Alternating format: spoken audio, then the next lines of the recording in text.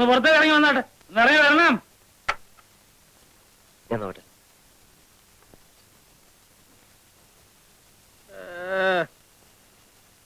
ഇല്ലേ, നമ്മൾ എന്തോന്നാന്ന് വീട്ടിൽ വന്ന് പറഞ്ഞേ? ഒച്ചയും ബഹളവും കാരണം അയലോക്കത്തുകാർക്ക് ഉറങ്ങാൻ പറ്റുന്നില്ല എന്നല്ലേ? ഞാൻ എന്റെ ഭാര്യയോട് ശാലം കൊച്ചു വർത്താനം പറഞ്ഞപ്പം അത് വലിയ ബുദ്ധിമുട്ടായി. നിങ്ങൾക്ക് ഇവിടെ പാതിരാത്രിക്ക് മയക്കി സെറ്റ് വെച്ച് പാട്ട് പാടാം അല്ലേ? ഞങ്ങളോ കല്യാണം കഴിച്ചവരാ. പക്ഷെ ഞങ്ങളാരും ഇതുവരെ പാട്ട് വെച്ച് സഞ്ചരിച്ചിട്ടില്ല. മനസ്സിലായില്ലേ? പിന്നെ ഇത് സ്ഥിരമായിട്ടങ്ങ് വെച്ചു നടത്താനുള്ള പരിപാടിയാണെങ്കിലുണ്ടല്ലോ, ഞാൻ എന്റെ തെങ്ങ് മുഴുവൻ കോളാമ്പി വെച്ച് കെട്ടി നേരം വെളുക്കുന്നവരെ പാട്ട് വയ്ക്കും. മനസ്സിലായോ? തെറിപ്പാട്ട്. ഒരു പുതുമണവാളം വന്നിരിക്കുന്നു.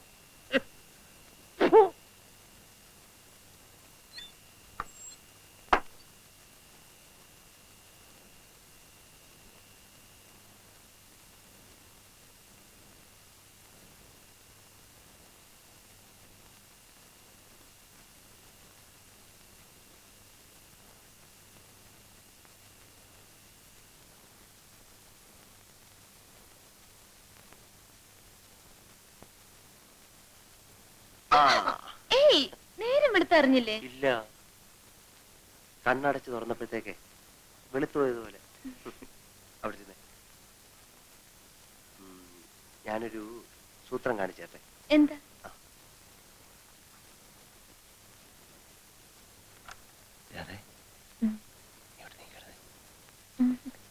പറഞ്ഞേ കേൾക്കണോ? എനിക്ക് എന്തായി കാണിച്ചേ? ആരെങ്കിലും കേട്ടാൽ എന്ത് വിചാരിക്കും? പിന്നെ ഞാനിത് മൈതാനത്തുണ്ട് ഓൺ ചെയ്യാൻ പോവല്ലേ. ഇതേ നമുക്ക് രണ്ടുപേർക്ക് മാത്രം കേൾക്കാനുള്ളതാ. ആദ്യ രാത്രിയുടെ ഓർമ്മയ്ക്ക്. ആണല്ലോ. എന്തിനാ? എനിക്ക് ഈ ഐഡിയ എവിടെ നിന്ന് എത്തിയെന്നറിയാം. ഒരു നോവൽ വായിച്ചപ്പോഴാ. അന്നേ ഞാൻ എന്റെ മനസ്സിൽ തീരുമാനിച്ചു എന്റെ ആദ്യ രാത്രിയുടെ സംഭാഷണങ്ങൾ ടേപ്പ് ചെയ്ത് വെക്കുന്നു. എന്തിനാണെന്നറിയാം? എന്തിനാ? വർഷങ്ങൾ കഴിയുമ്പോൾ നമുക്കിത് ഇട്ട് കേൾക്കാൻ.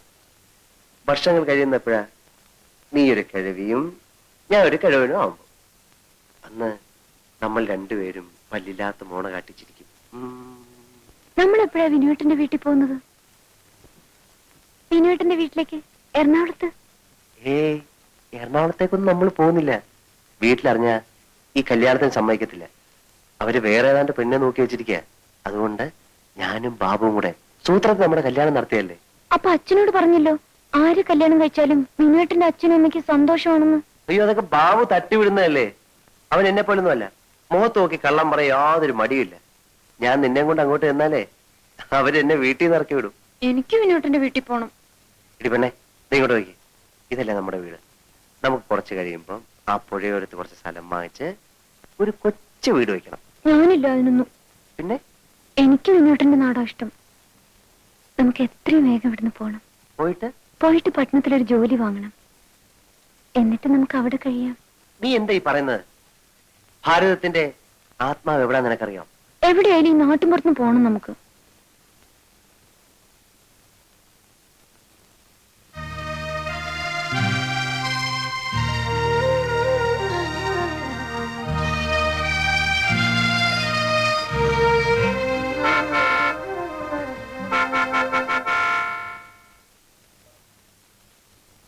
അയ്യോ,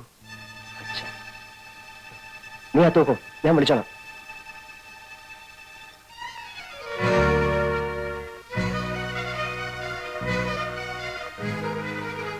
ഈ കുടിലാണോ നിന്റെ താമസം? അല്ല, അച്ഛനും അമ്മയും പെട്ടെന്ന് ഇങ്ങോട്ട് വരാൻ. ബാബുവിനോട് നിന്നെയും കൊണ്ടുവരാൻ പറഞ്ഞിരുന്നു. അവനെയും കണ്ടില്ല, നിന്നെയും കണ്ടില്ല. അതുകൊണ്ടാണ് ഞങ്ങൾ ഇങ്ങോട്ട് പോന്നു. മിസ്സിസ് തമ്പിയുടെ മകളുടെ കല്യാണക്കാര്യം പറയാനല്ലേ? ബാബു പറഞ്ഞു വിവരങ്ങളൊക്കെ. അതുകൊണ്ട് തന്നെ എനിക്കിവിടെ ചില കാര്യങ്ങൾ പെട്ടെന്ന് ചെയ്യേണ്ടി വന്നു. അതെന്താടാ? അതെ, നീ വന്നേ.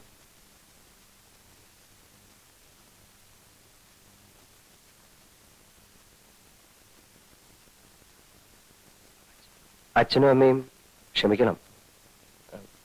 ഇത് എന്റെ ഭാര്യ. അതെ, ഇതാണ് എന്റെ അച്ഛനും അമ്മയും.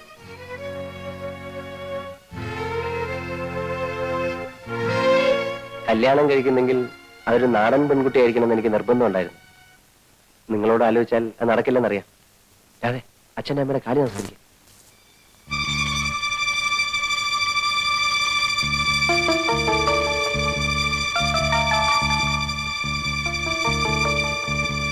നീ ഇവിടെ വാ, ഒരു കാര്യം പറയാനുണ്ട്.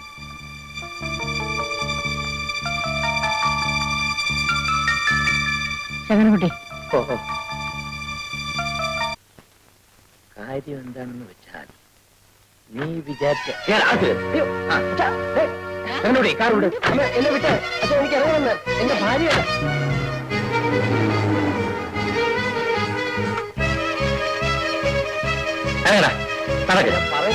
നീ ഒരു ഗ്രാമസേവകൻ. എന്താ ഞാൻ എന്റെ കൊച്ചുകുട്ടിയെ മറ്റാണോ ഇത്? എന്നെ വിടാനാ പറഞ്ഞേ? ഒന്നും ചെയ്യരുത്. വിടാൻ ഞാൻ ഒന്ന് പറഞ്ഞോട്ടെ. ഒന്നും പറയാം, ഞാൻ പറയുന്നൊന്ന് കേക്ക്. ഇവിടെ വാ. എന്ത് കഷ്ടമാണ് അല്ല, ഒന്ന് പറയാൻ സമ്മതിക്കത്തില്ലല്ലോ. അച്ഛൻ വിടാനാ പറഞ്ഞേ. ഇങ്ങോട്ട് അമ്മേ, അച്ഛൻ എനിക്കൊരു സ്വാതന്ത്ര്യം ഇല്ലേ? ഞാൻ ഇപ്പൊ കല്യാണം കഴിച്ചു, ഇനിയിപ്പോ എന്തോ ചെയ്യും? അല്ല, ഞാനൊരു കാര്യം പറയാമാവോ? കാര്യം പറയാനല്ല, കാർ ഓടിക്കാനാണ് നിന്നെ ഇവിടെ നിർത്തിയിരിക്കുന്നത്. അല്ല, കൊച്ചമ്മ സാറും പറഞ്ഞതുപോലെ ഇത് സമ്മതിച്ചു കൊടുത്താൽ നമ്മുടെ സ്റ്റാറ്റസ് തകരും, സമ്മതിച്ചില്ലെങ്കിൽ ബിൽ സാറിന്റെ മനസ്സും തകരും. ഇതിലേത് തകരുന്ന എളുപ്പം? ഇനി തകരുന്നത് തന്റെ തലയായിരിക്കും. പോടോ.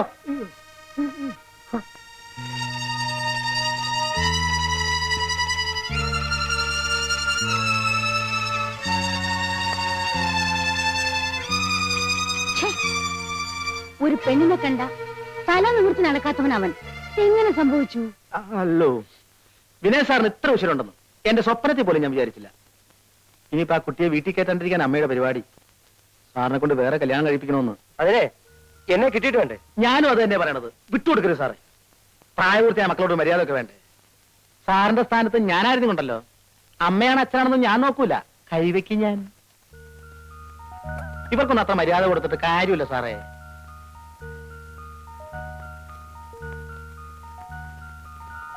ഞാൻ ആ സമയത്തോടെ ഉണ്ടായിരുന്നെങ്കിൽ ഇങ്ങനെ ഒന്നും വരില്ലായിരുന്നു. ഡാഡിയും മമ്മിയും വലിയ ബുദ്ധി ഉപയോഗിച്ചതാ.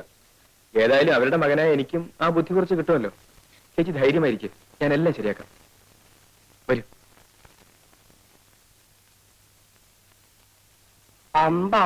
എന്റെ ഗുരുവായൂരപ്പ, എന്താ ഇത്? ഇതാണ് വീട്. ശങ്കരനാരെ, നിങ്ങൾ പോയാ മതി, ഞാൻ പുറത്ത് എവിടെയെങ്കിലും ഇരുന്നോളാം. പേടിക്കാതിരിക്കെ, ഞാൻ പറഞ്ഞല്ലോ, ഓർമ്മയുണ്ടല്ലോ. ഓർമ്മയുണ്ട്, ഞാൻ മറന്നുപോകും.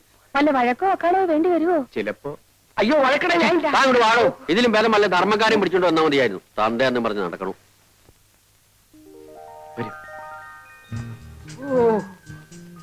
എന്റെ ഭഗവാനെ, ഇത് വീടോ കൊട്ടാരവോ? ലക്ഷ്മിയെ, എന്റെ തല കറങ്ങണം. അമ്മോനൊരു കാര്യം ചെയ്യും, ഇവിടെ എന്ത് നടന്നാലും അനങ്ങണ്ട, മിണ്ടാണ്ട് ഇവിടെ ഇരുന്നാ മതി. അപ്പൊ വല്ലതും നടക്കുവോ? വല്ല അടിപിടി നടക്കുവോ മോനെ? അതൊക്കെ ഞാൻ നോക്കിക്കൊള്ളാം. അയ്യോ, അവിടെ എങ്ങാനും വയ്ക്കണോ അലവലാതി, തന്നെ കെട്ടി വലിച്ചുകൊണ്ട് വരാൻ പോയത് ആവത്തായല്ലോ.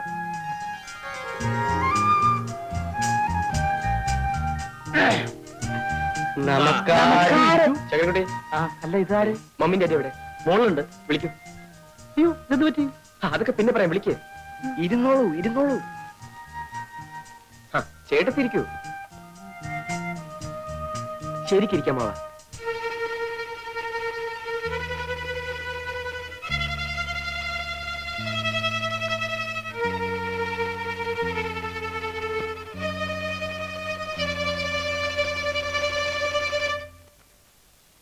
എന്താ എല്ലാവരും കൂടി ഇങ്ങോട്ട് പോകുന്നത്? അതെ അതെ, ഈ നിൽക്കുന്നത് നിങ്ങളുടെ മകന്റെ ഭാര്യയാണ്. അവളെ അവളുടെ ഭർത്താവിന്റെ വീട്ടിലാക്കാൻ വന്നതാ. നിങ്ങളാണോ പെണ്ണിന്റെ അച്ഛൻ? അല്ല, ഈ നിൽക്കുന്ന ആളാ. ഇത് അമ്മ, അമ്മ, അമ്മ.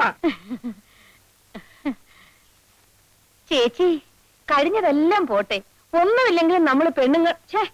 മാറി നിൽക്കൂ. ലക്ഷ്മി, ഇങ്ങോട്ട് പോര്, പോര്, പോര്, പോര്. തന്റെ പേരെന്താ? ദാരിച്ചൻ നായർ. ഞങ്ങളെ അറിയിക്കാതെ ഞങ്ങളുടെ മകന്റെ കല്യാണം നടത്തുന്നത് ഇവിടുത്തെ മര്യാദയാ. അതിപ്പോ നിങ്ങളൊന്നും പറയണ്ട, കുട്ടിയുടെ അച്ഛൻ പറയട്ടെ. അയാൾ പറയില്ല.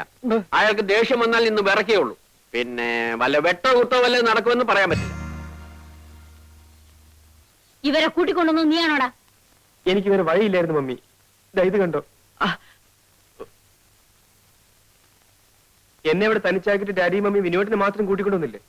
നാട്ടുകാർ എന്നെ ഖരാവ് ചെയ്തു. എന്നിട്ട് അവര് തല്ലിയോ? തല്ലിയൊന്നോ?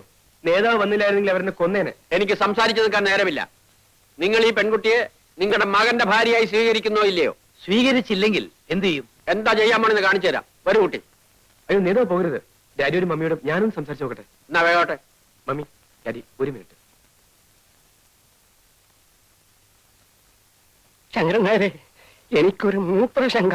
സാരമില്ല. ലക്ഷ്മി, നമുക്ക് നമ്മുടെ വാസുണി തന്നെയായിരുന്നു ഭേദോട്ടോ. നാട്ടുകാരൊക്കെ ചേർന്ന് ജാതിയായിട്ട് ഇങ്ങോട്ട് വരാനിരുന്നതാ. ഞാൻ നേതാവിന്റെ കാല് പിടിച്ച് പറഞ്ഞുകൊണ്ടാ നേതാവ് മനസ്സ് മാറ്റിയത്. നാട്ടുമ്പുറം പണ്ടത്തെ നാട്ടുമ്പുറം എന്നല്ല ഇപ്പോ. എന്റെ അമ്മാവന്റെ വീടിന്റെ മുമ്പിൽ ഒരു ഗർഭസത്യാഗ്രഹം നടന്നു. എന്റെ അമ്മോ, ഞാൻ പോലീസിന് ഫോൺ ചെയ്യാം. ഡാഡി എന്താണ് ഈ പറയുന്നത്? ജാഥ ഇവിടെ വരിക, പോലീസ് ലാത്തി ചാർജ് നടത്തുക, നാളെ പത്രത്തിൽ ന്യൂസ് വരിക, ഡാഡിയുടെ മമ്മിയുടെ സ്റ്റാറ്റസ് പിന്നെ എന്താകും? അയ്യോ, അത് വേണ്ട. ആരും അറിയാതെ കാര്യം ഇങ്ങനെ ഒതുക്കി കിട്ടിയാ മതി. മമ്മി, ഞാനൊരു വഴി പറയട്ടെ. തൽക്കാലം സന്തോഷം ഭാവിച്ച് പെണ്ണിനെ ഏറ്റെടുക്കുക, മറ്റുള്ളവർ പോട്ടെ. ബാക്കി കാര്യങ്ങൾ നമുക്ക് പിന്നീട് ആലോചിക്കാം. രണ്ടിലൊന്ന് ഉടനെ അറിയണം. അത് അറിഞ്ഞിട്ട് വേണം ഞങ്ങളുടെ ഭാവി പരിപാടികൾ ആസൂത്രണം ചെയ്യാൻ. ഡാഡി വരൂ.